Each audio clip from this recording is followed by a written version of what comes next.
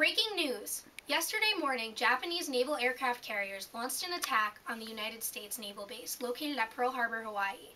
The United States was not involved in any war with Japan, but such an act can be taken as an act of war. The devastating attack lasted a long 2 hours and resulted in over 3,500 innocent American casualties. In addition to these casualties, 350 United States aircraft were left in complete wreckage or otherwise damaged. Every last one of the 8 battleships that were docked at Pearl Harbor for the U.S. Pacific Fleet were destroyed or badly damaged. Fortunately, all American aircraft carriers made it out unscathed. The United States was not the only nation attacked by Japan yesterday. Within the last 24 hours, they have launched similar attacks on the other nations in the Pacific area, including Hong Kong, Malaya, Guam, the Philippines, Wake Island, and Midway Island. President Roosevelt is ordering that the necessary measures be taken to ensure our defense and the national security of our country.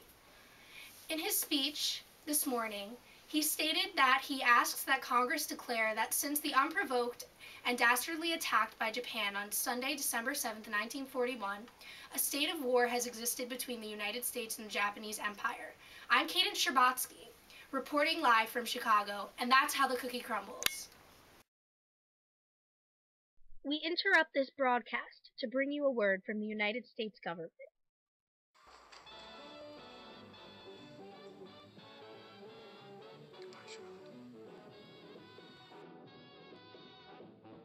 Has your husband gone off to war?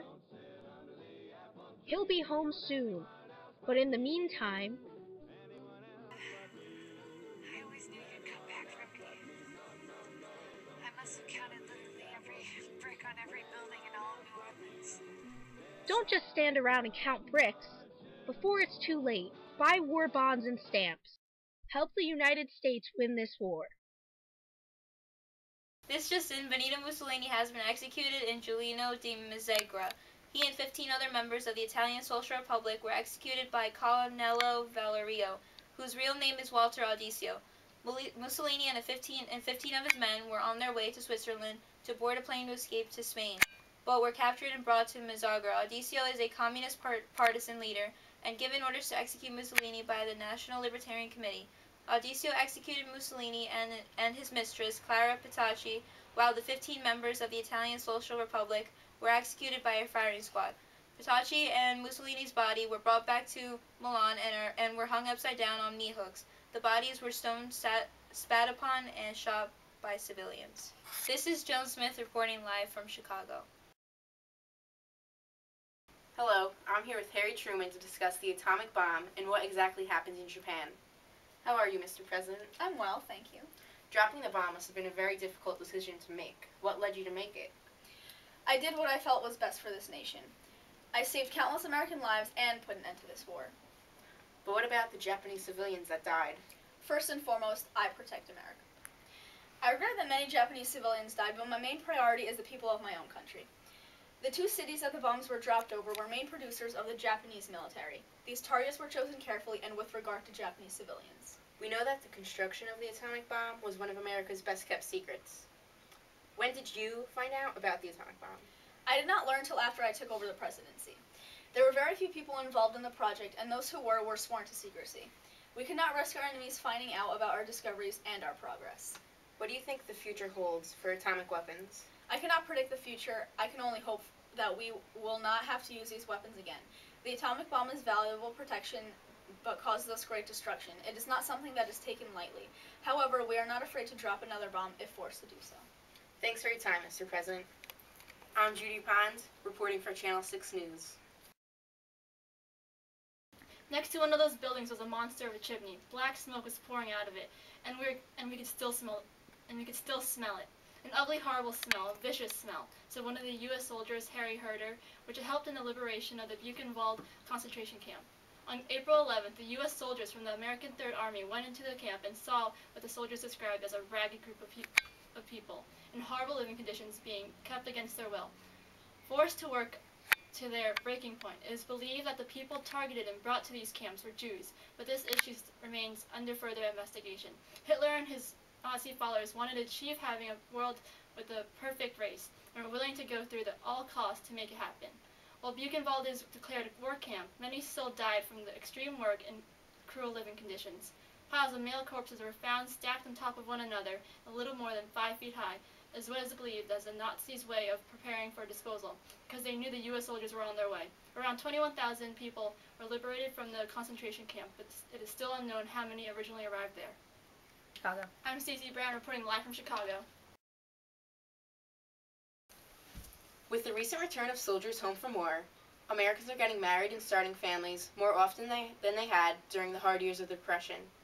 During the Depression, young people could no longer afford to have a family of their own. Men cannot support themselves, let alone a wife and children. Americans did not see a bright future for their kids. They did not see a world that they wanted to raise children in. With victory in the hearts, the young veterans returned home ready to start a family. This was made even easier with the GI Bill that was recently passed in Congress. Now returning veterans can start a family with security. A home can be more easily bought, an education can be more easily gained, and a better job can be found. The new families moved into the Levitt townhouses, beautiful homes that provide all a family needs. Marriage rates and birth rates are skyrocketing. The generation of Americans is quickly becoming known as the baby boomers. I'm Judy Pond, reporting for Channel 6 News, and this is the baby boom. Would you care what color your team was, even if they still played and won a good game? A new face and also a change in headline. For once, has Service and Jack Roosevelt, Jackie Robinson has shaded the Ivory sport. Perhaps Robinson has started a trend to amalgamate the two, but ridicule will surely take place in this young man's career. On his waltz to fame and above equal aptness, Robinson has set history straight and soon to be well known around our country for ages to come. Swept off his feet by a wave of racial cruelty, Robinson has also been taken by his trotters to home plate, and no slur can stop this madman now. Baseball fans around the nation should celebrate and consider dropping their bets and place them all on the Brooklyn Dodger. Although most Americans aren't very supportive of the emerging weeks of Robinson's career, it is definite that this is the pivotal occasion that will take hold of the aspiring color to break all the other color lines and stray away from the issue of skin and zero in on their dreams.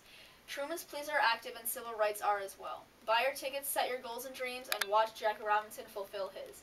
Sit back and enjoy the changing and ever-improving America. Oh, and Jackie Robinson. I'm Roseanne Dodgers, and this is Channel 6 News. This summer, beginning on June 25th, there have been several sightings of unidentified flying objects resembling saucers throughout the country. Then, on July 8th, something crashed down in the small town of Roswell, New Mexico, that many believe was one of these flying saucers that had crashed into Earth with aliens aboard.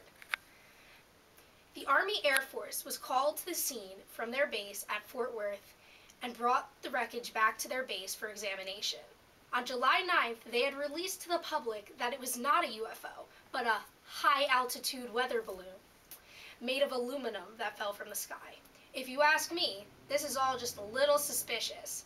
Many believe that several of the alien life forms survived the wreck and are being kept a secret and dissected by the United States government. The question remains whether this is a cover-up by our own government or simply a case of mistaken identity. I, for one, believe that more than likely there was an alien crash in Roswell, New Mexico. The story leaves us with too many questions. For example, why has there been no evidence to support the weather balloon theory other than their word? I will continue my search for what really happened, and I think we will uncover the truth. I'm Kaden Sherbatsky, and that's how the cookie crumbles. Good morning, everyone.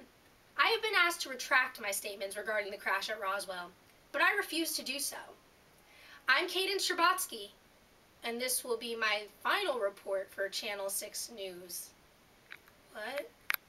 And that, for the final time, is how the cookie crumbles. I'm out of a job.